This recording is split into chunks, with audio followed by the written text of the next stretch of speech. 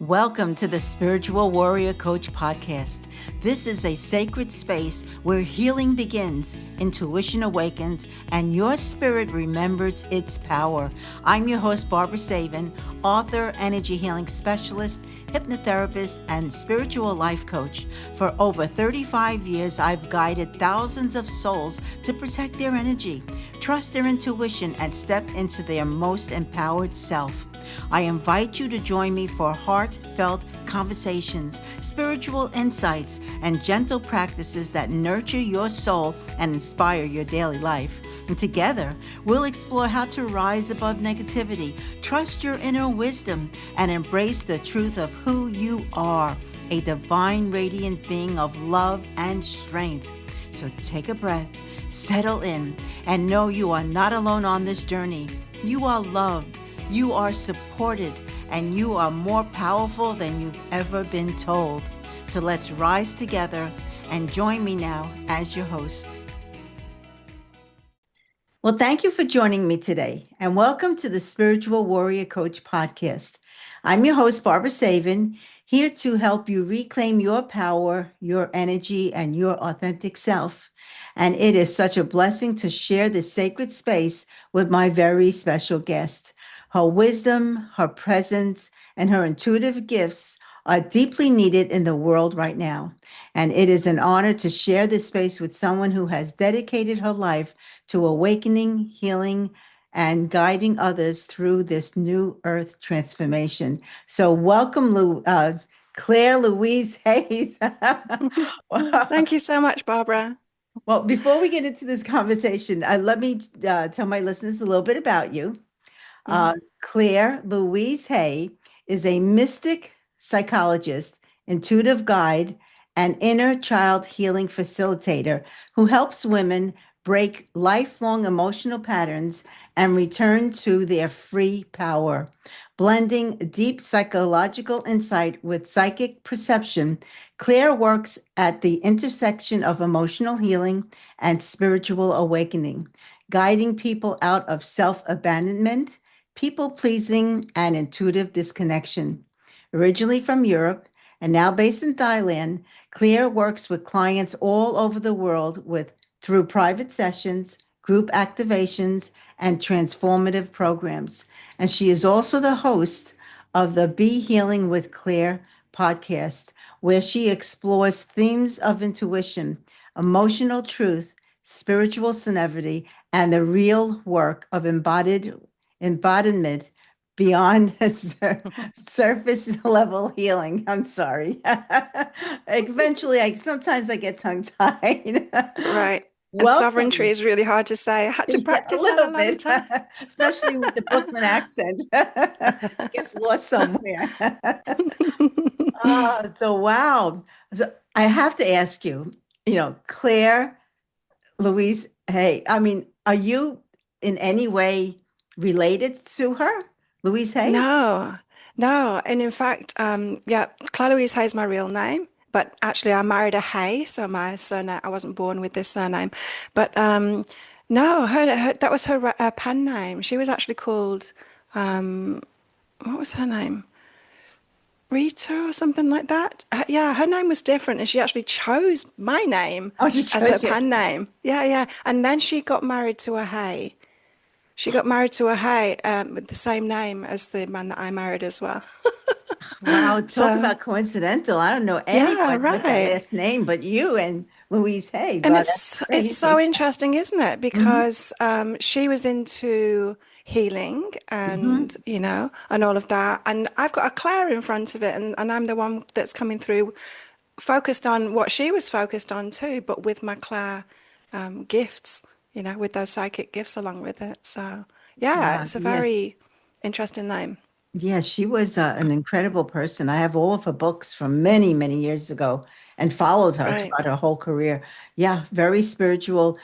She was way before her time. Uh, Yeah. People were just now maybe getting into it when she was right there. And I Right. look back and I say, wow, this lady was unbelievable. So, Mm. Yeah, I it's think I was crazy. about 28 when I first saw one of her books on one of my friends' bookshelf, and I'm like, that's my name. That's your name. I know. That's why I almost called you Louise Hay. Yeah, a lot of Sorry if people I do do. that. Okay. No worries. Let me ask you this. You describe yourself as a mystic psychologist. What does Mm. that actually mean, in practice, and how is your work different from traditional therapy or traditional spirituality? Right. Yeah, I call myself a mystic psychologist because I saw that term only a couple of years ago in a book. I can't remember where I saw it now, but as soon as I saw it, I thought that's it. That's exactly what I do. And it was talking about traditions long ago of people like me who would be using our psychic gifts to help people to heal.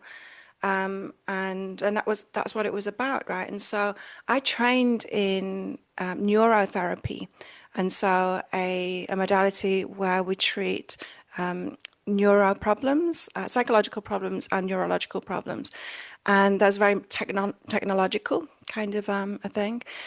But what I noticed, like I've always had my Claire gifts, right? And so since I was a kid, I used to be able to like hear answers for people. So people would be saying things like, "Why did that happen to me?" And I would always hear the answer. And sometimes I'd tell them, and sometimes I wouldn't. And so here I was doing this neurological treatment. I'd started a business off doing that with people. And I noticed that when I was getting these messages through about them, I would tell them, of course, and that was way more powerful than this technological treatment that I was doing, which was EEG biofeedback. And so I started leaning into that, like, this isn't just like some weird thing that I do, giving people answers occasionally. Mhm. If I feel like they're open to it, this is something that I should really like lean into because it's more powerful. I was just seeing such a difference. People would come to me and have these treatments like every week, and then I'd be told to tell them this one sentence. I'd tell them that sentence, and it just, they just had a complete breakthrough with it. It was exactly what they needed to hear, and it Mhm. unlocked that thing that was bothering them, that was causing the problems that they were having in the first place. Yeah, and so I started like doing tarot readings, just because tarot readings, that's what people understand, right? They Mhm. know, oh, a tarot reading, I can go for a tarot reading. If I say I'm a mystic psychologist, like, what is that? So, to offer a modality that people understood, I offered tarot readings, but I've always used it to try and help people. And so when I'm pulling out cards, I've still got my guides talking to me to say what they need to hear. But it's very much based on their energy, what the higher self, which is themselves in spirit, tells me they most need, right? And so a lot of like readers, tarot readers, and psychics, they read your energy. And so your energy is how you're feeling and what you're thinking at the moment. Well, you already know those things, right? And so if I'm giving you a reading based on your energy, which I can do, Mhm. I'm just confirming what you already know. Or to say it another way, I'm just telling your ego what it wants to hear. Yeah. So, Yeah, but I okay. connect in with the higher self, the spirit form instead, and then get the real truth. And so my readings can be a little bit confronting because of that. It's not necessarily what you want to hear, Mhm. but it is what you need to hear. Yeah. And so I have focused like the last 25 years since I've been doing this, I've been focusing on helping people have breakthroughs in that kind of way when they're stuck, something's repeating in their life and they don't know why. And yeah, I can access that information to tell them. So did you always have this ability, or was there like a certain moment in your life where all of a sudden, your intuition, just switched on, in a way that you actually couldn't ignore it anymore? No, I always had it. And I always thought it was really strange that other people didn't. And yeah, it took me a while to realize that other people didn't have these abilities. And yeah, then this was probably like through my childhood into teenager, just kind of knew that I needed to hide it because it was weird. Other Mhm. people weren't like that. But yeah, it was. I don't know. I think I always had the gift. Is it nature or nurture? You're not really sure about that. But I had a really abusive childhood, and I needed to go within a lot and connect in with what I called my angels at the time. I realized that there were all kinds of guides now, but yeah, I needed to do that a lot just to survive what I was going through. And so I think that I developed the gift through that, through the circumstances that I was in. I think it caused me to have to, yeah, develop it. And with practice, of course, you become, specialized in it. Mm. So now you have all the clear senses, the seeing, hearing, feeling. You have all those senses. Yeah, all of them. I don't think I've had the tasting one. I can't remember what that one's called. But yeah, I've got all of them. And my guys will just use whichever one is the easiest to get a message through to me. And so it tends to be clairvoyance. I had the I see dead people clairvoyance. I didn't like that very much. Like I don't need to have that stuff going on, especially Uh-huh. because I got CPTSD. And yeah, and so I asked them to switch that one off, but I still have the clairvoyance as in my mind's eye, like a dream.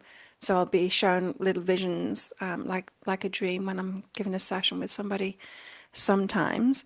And that's just like watching a video, so that kind of clairvoyance.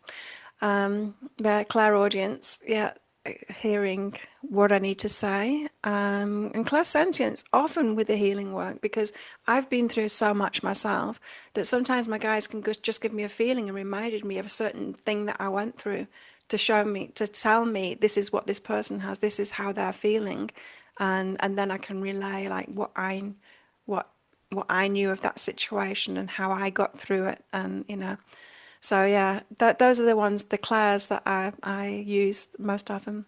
Mm.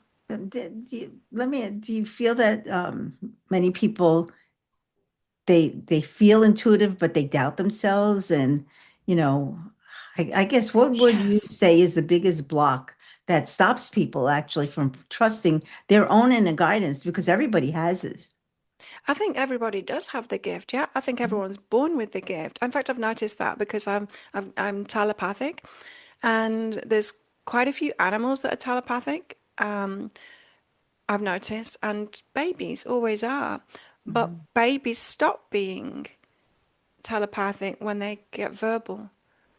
And so I've noticed that that tends to be kind of not bred out of them, but trained out of them.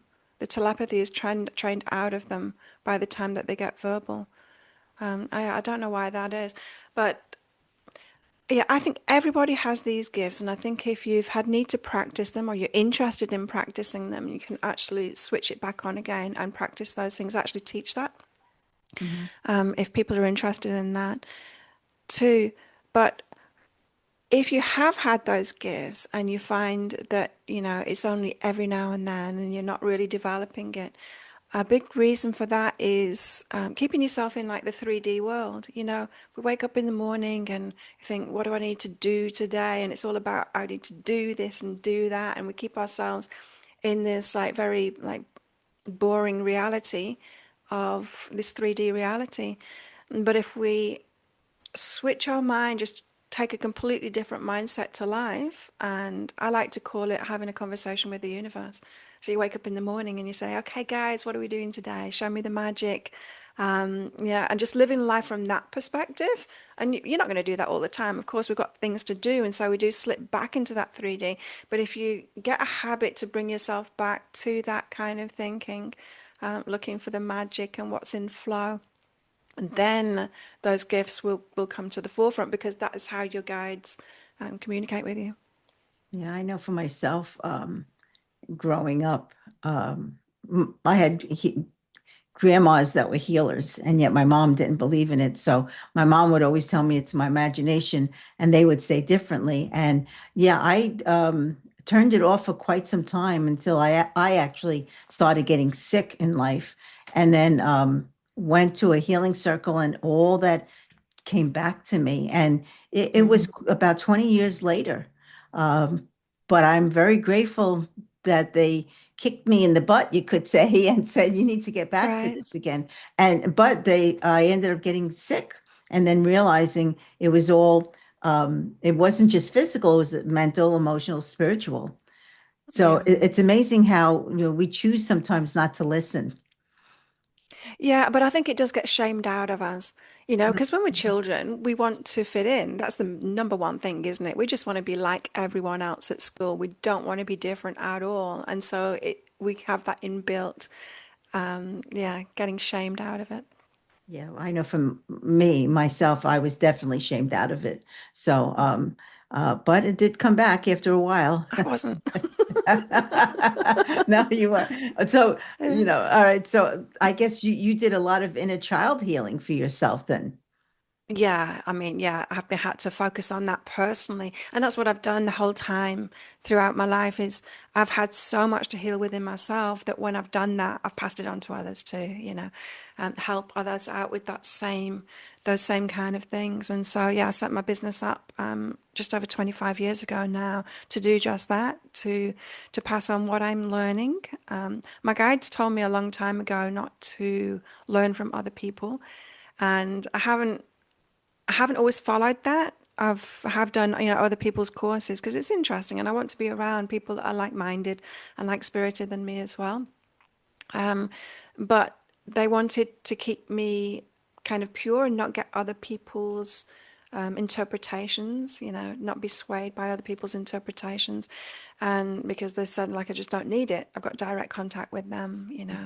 And so yeah, practicing it throughout the years, a lot of it often came back to that inner child healing, and it's what I focus on most of all now Hmm. because it's those patterns that were created. You got to remember, like when we're kids, that's when our nervous systems are being formed.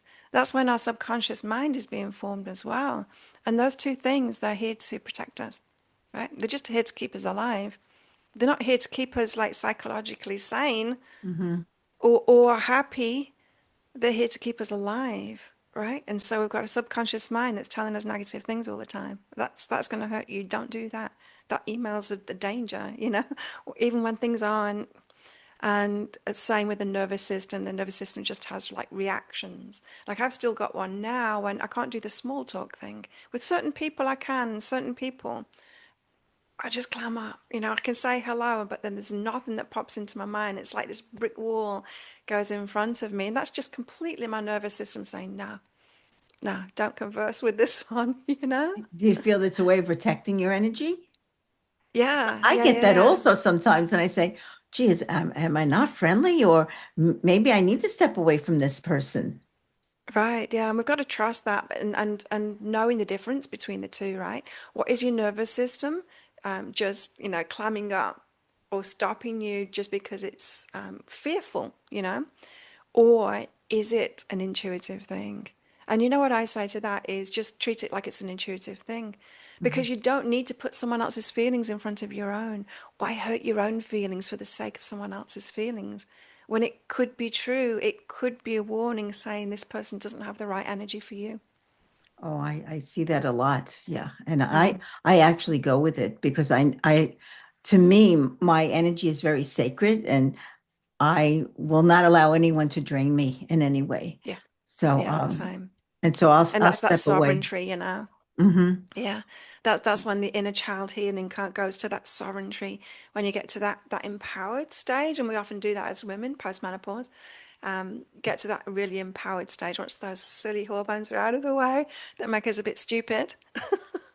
Then we get sovereign and we realize, hang on, my energy is really really important, Hmm. and my life is for me and I can make it really nice. And why would I let anyone else or anything else in that's going to take away from that?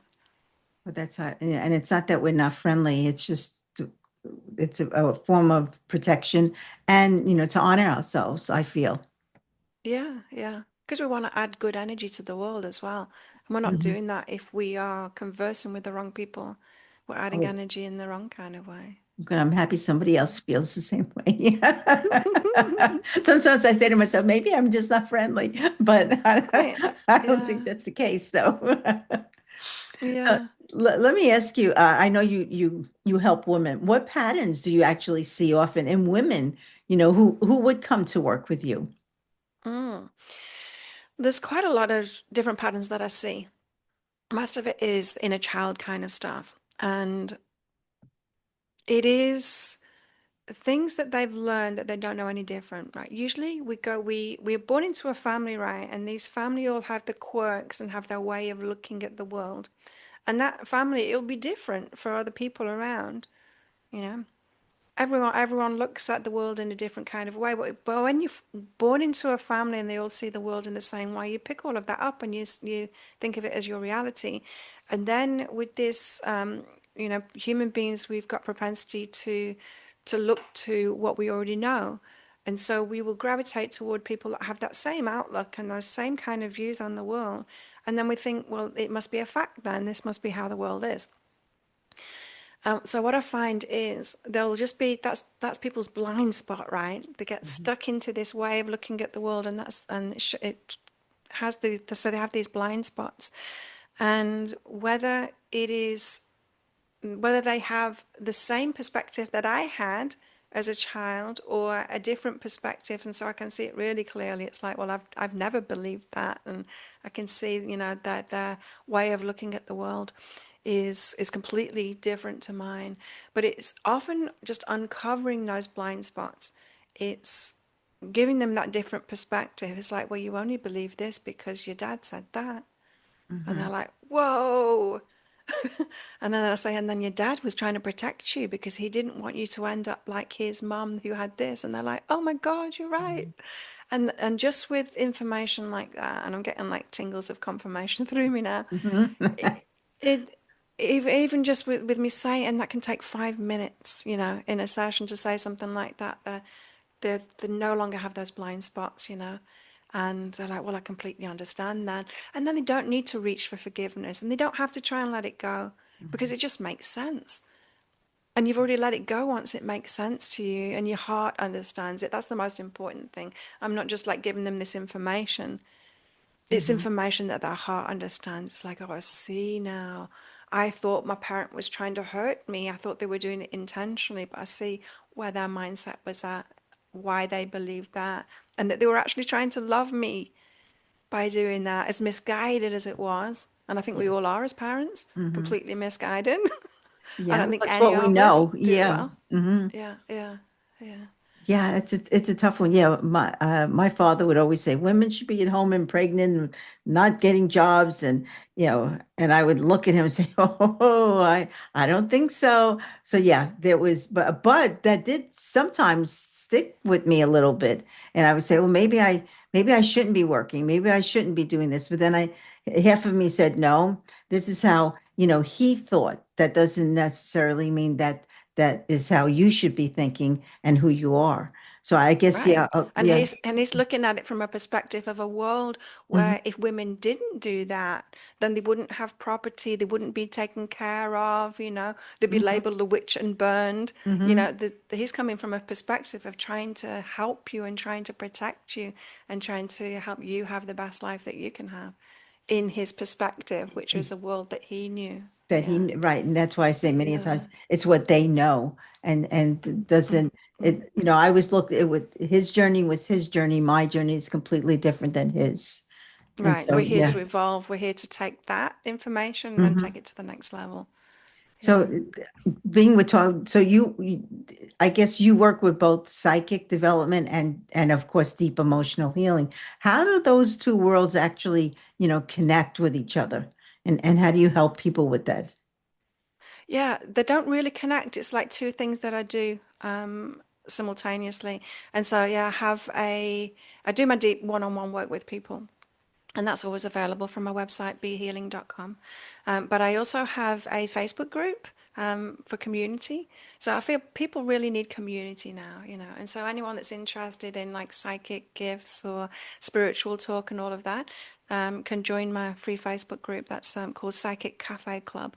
And in there, I do live shows, like teaching about the Claire gifts and yeah, I also do like Zoom calls as well, like paid classes to unlock, like clairvoyance. I've got one coming up in January, unlocking the clairvoyance, where because people have these like clairvoyance is like a group of skills, and we could get like 10 people that are clairvoyant, and they'd all be slightly different, the way that it would work through them, right? Mhm. And so, as well as unlocking it and helping them develop in this class, develop those skills, it's also about giving them the confidence in the skills that they've got in their way. A lot of people will say when they're doing this training with me, I wish I had it like you. Like they want it, they see that, they think that I've got it like the correct way Mhm. and that they don't do it so well. And it's like, no, we just do it differently. Mhm.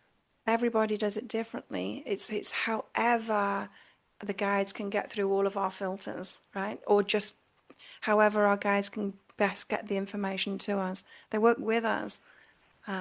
Yeah, so we're Yeah, all there. unique in that kind of way. And so, yeah, and so I love helping people. I love teaching.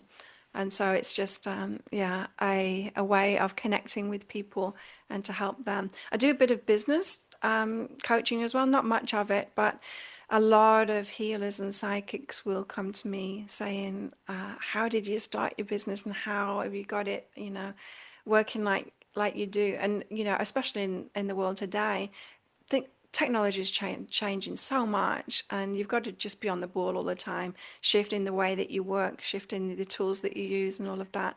And so, rather than like everyone having to do all of that research themselves about what's working at the moment and what's not in these kind of businesses and spiritual businesses, I do a bit of business coaching as well. Coaching too. Wow. So let me Mm. ask you, I know you lived in Europe and now you're running a global spiritual work from Thailand. How has that lifestyle actually taught you anything about, intuition, courage, or trust?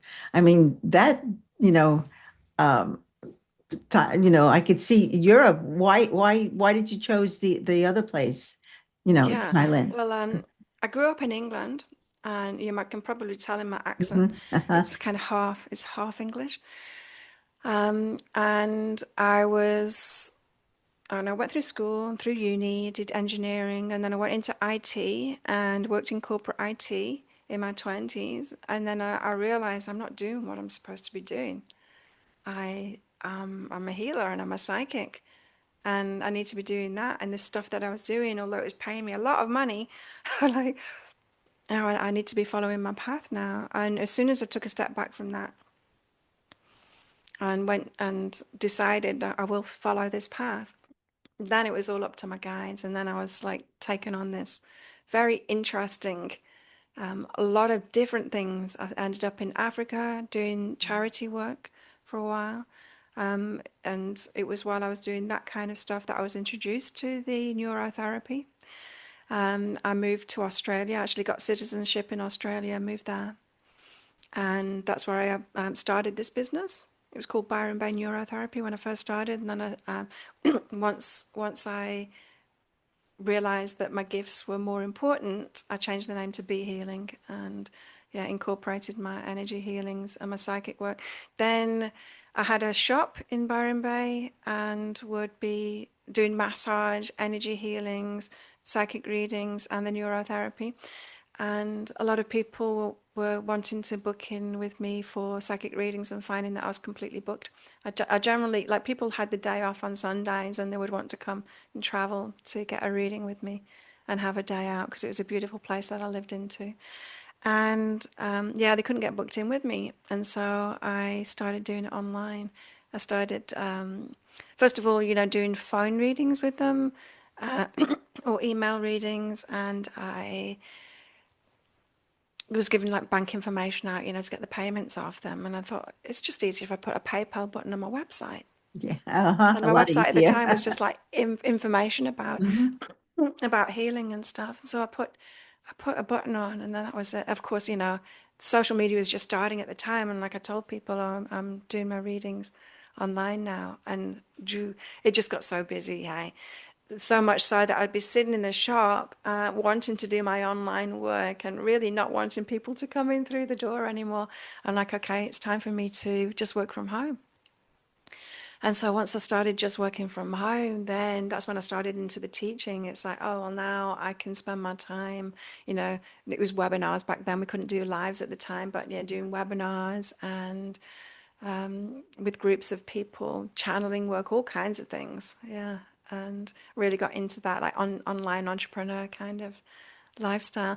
And from there, I ended up living on a yacht for a while, running the business from a yacht and um, moving different places. And then I was in this one place, Port Douglas, where I was actually had a fun job working on a yacht. I love sailing and love the ocean. I love islands as well.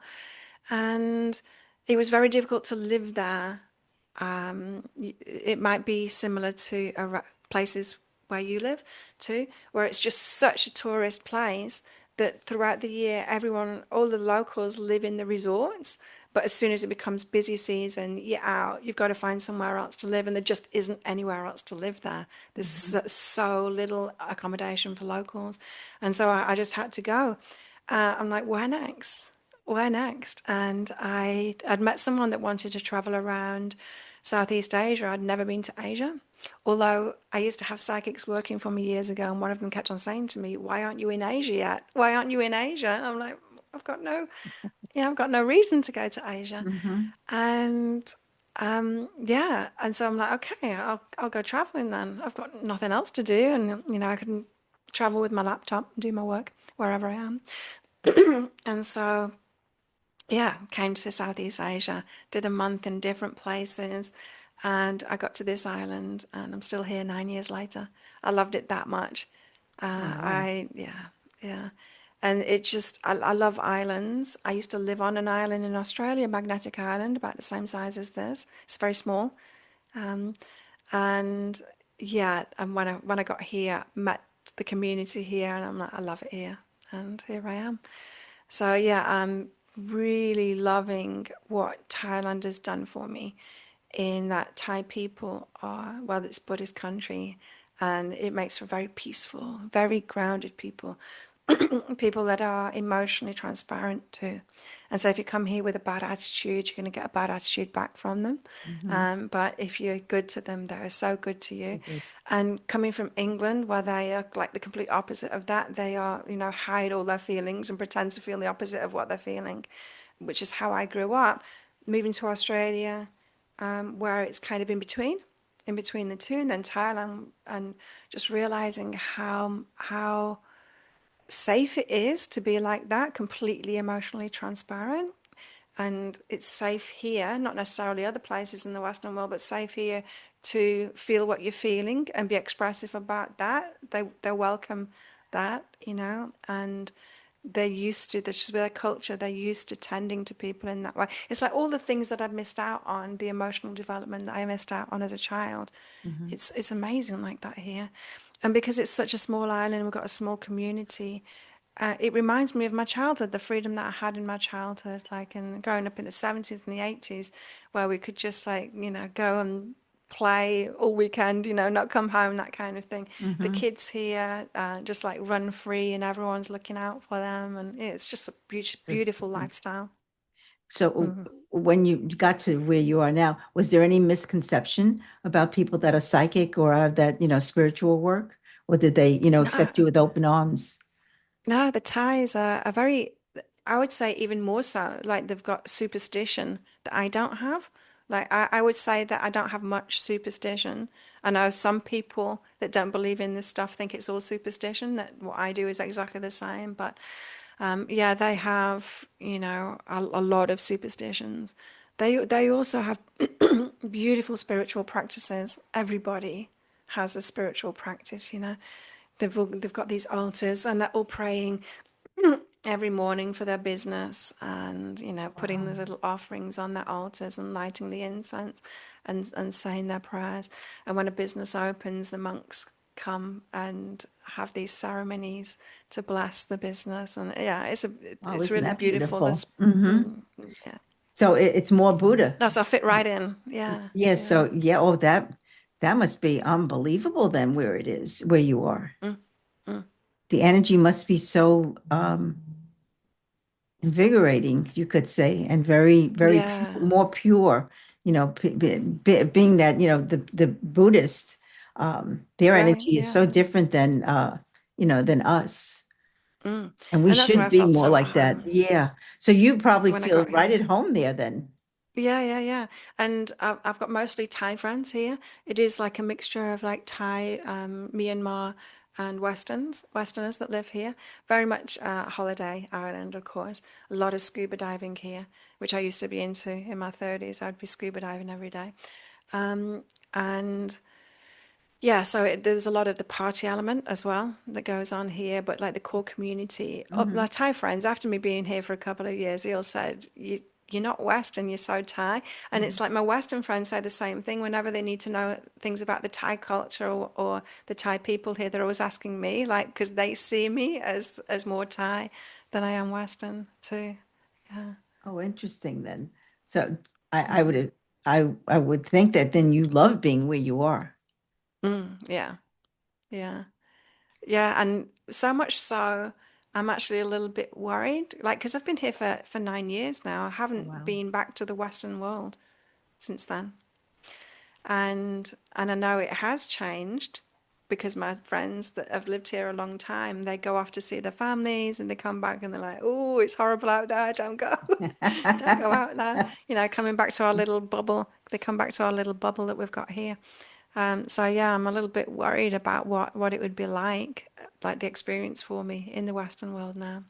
But I'm do not you really have wanting to go. clients? You have clients all over the world though, right? All over the world, yeah, yeah, yeah. So do you see a difference then between, a lot of them seeking guidance and giving away, their power versus where you are, in this community?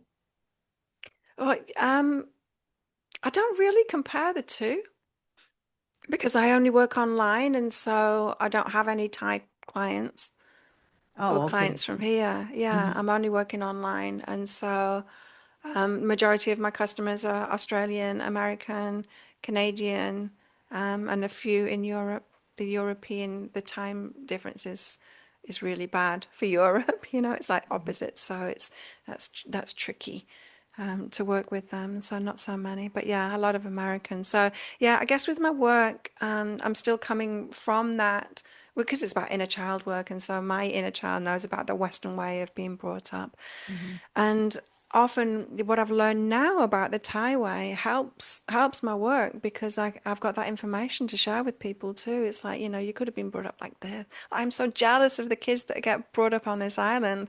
They It's just completely different nervous systems, completely different outlook on the world and on people, completely different level of trust and all of that. I would have loved to have grown up here. I Yeah. bet it's And so beautiful. I can use like that information of Mhm. my experience here to help people out as well and show them, it can be very different. Life can be very different. It can be very nurturing, even as an adult, I feel like I've been like reparented in a way with good people around me. Yeah. Which has really helped my healing too. I've made significant progress in my own healing since I've been here. So then let me ask you, so for someone who feels like they've done, all the healing, but Mm. maybe still feels unfulfilled, what do you think they might be missing in their life still? Unfulfilled. Well, unfulfilled to me is not allowing your heart what it wants. And so it could be all kinds of things. It could be like being cut off from your heart, not being heart based. And a lot of women, I work with women predominantly, a lot of women think they're heart based because they're loving everybody. And get back to Louise L. Hay's work. Mhm. What about loving yourself? Mhm. Right? Women find it much harder to do that. And often not just being hard, but like just being a completely foreign concept in relationships, especially. There's a confusion for a lot of women with what love is. And they're like, well, I love this person because I've got feelings for them and I do a lot of things for them. It's like, yeah, that's you loving them. What about them loving you? And It's like, loving well, you. Mhm. yeah, they love me. And it's like, well, explain that to me. And when they explain it, they are explaining that person loving the way that they love them. And it's like, that is still you loving them. Mhm. And them having a feeling from it, that's not love. Like, what did they do for you? Like, oh. right? And so that there's a piece there of self-love. It's like, well, it's because you've not addressed your own heart, your own needs, what it is that you want. Because if you started loving yourself in that way and started giving yourself, it's like loving you in the same way that you would love someone else in a relationship, like the treats that you'd give them, the way that you'd make it special for them, the what you'd do to let them know that you're thinking about them, all of those things. Just start doing it for yourself, and then you'll get in touch with your own heart and that self-love, and yeah, and start building yourself up in that way. That's what made the biggest difference in my life when I decided to start pouring all that love into myself, like practically. Mhm. Practically, I was like, okay, I'll put myself first. What would I like to do today? And And it's just not being allow myself selfish. anything. Yeah, it's not being, Yeah, but women feel it's being selfish by just finally taking time for themselves or doing whatever for themselves. And I see that yeah, a lot. They feel guilty and they feel yeah. ashamed. Oh, I don't deserve. And you know why that is? Like, there's two extremes, right? And so this is completely selfish, right? This is, the kind of narcissist who they don't care about anyone else. It's all about them. And then you've got completely selfless. And most women are like almost there or there, completely there. And then the balance in the middle is where we need to be. That's like self-love and loving other people. So women are there and all the way there, and then as soon as they start heading toward the balance, they're like, "I'm so selfish," and they're like, "No, you're not." Like selfish is Mhm. so very different, but because those polar opposites attract each other, right? The completely selfish one wants the completely selfless one to give to them.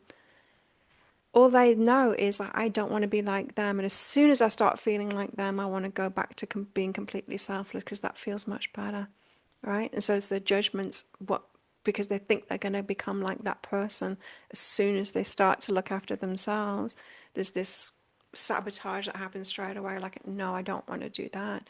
And so yeah, most women have no idea what balance is even like, because like you say, they feel completely selfish as soon as they start doing anything for themselves. So a lot of women are just completely disconnected from what the heart wants for themselves, what their needs are, what their desires are. Mhm. They can tell you what everyone else in the family loves and wants, With but you themselves. ask them, and in the courses that I've done, the amount of times when I ask, like, what do you want to manifest? What do you really want? And there's like two extremes. Some women will say $1 million. And then some women will say, I just want my friend to be healed. I want my Yes. mum to, it's always about someone else. And that's a clear sign. And it's a beautiful thing. Of course, it's a beautiful thing loving other people, but it's also a beautiful thing loving ourselves too. I know when clients come to see me, they'll ask, "Can I set an intention for someone else?"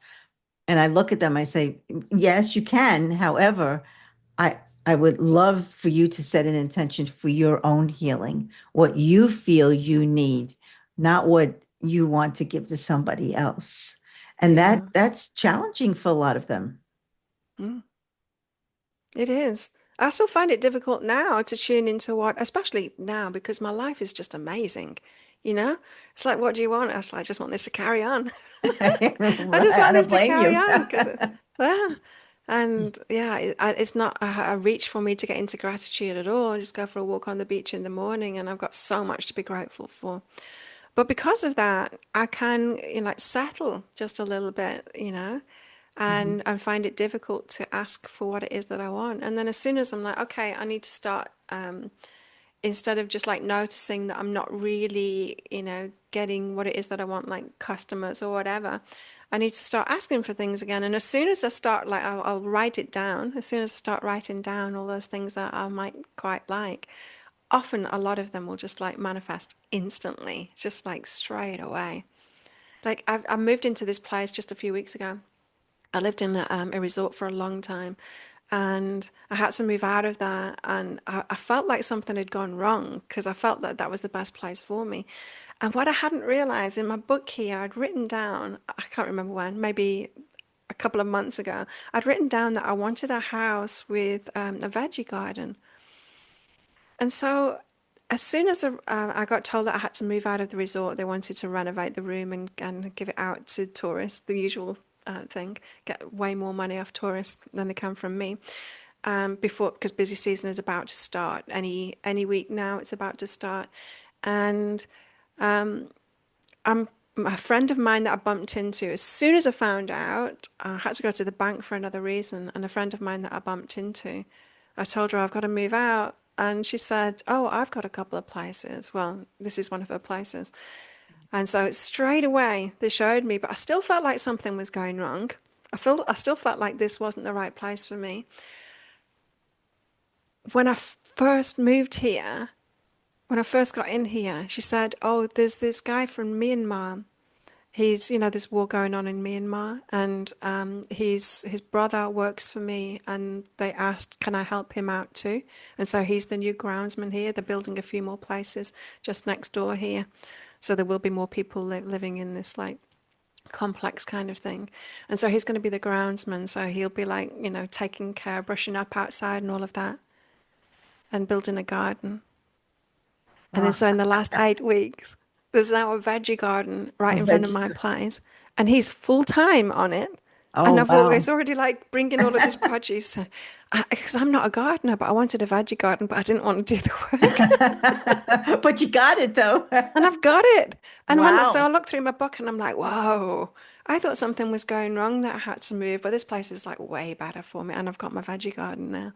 And so, yeah, I do need to ask more for those things that I want, just like random things like that I want. Because it's amazing the way that it can come to me. Oh, and it comes to us in ways that we have no idea how it's gotten to us. But it's what Right. we're asking for, and the universe hears it. It's just a matter of us putting that energy out into it.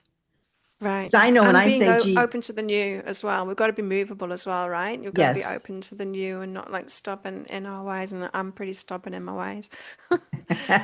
I Yeah, think because a I've got lot of nice us things are. going on, and so Uh, I don't want to rock that boat, but I know it can get better, right? It can get even better than this. well, that's the thing. It can, as long as we're open to it. Yeah, and I know, like even for myself, if I feel a little tired, I say, "Gee, I feel tired," or so, then all of a sudden, there's no one calls for sessions. And then when I, put it out there, all right, this is good. I'm good to go. Everything is better. I feel more energized. And then it may take a day or two, and then all of a sudden the phone starts ringing again. And yeah, Right, it's what yeah. what the energy we put out there really does come back to us. Yeah, that's true. I remember that in my shop too. It'd be exactly the same way.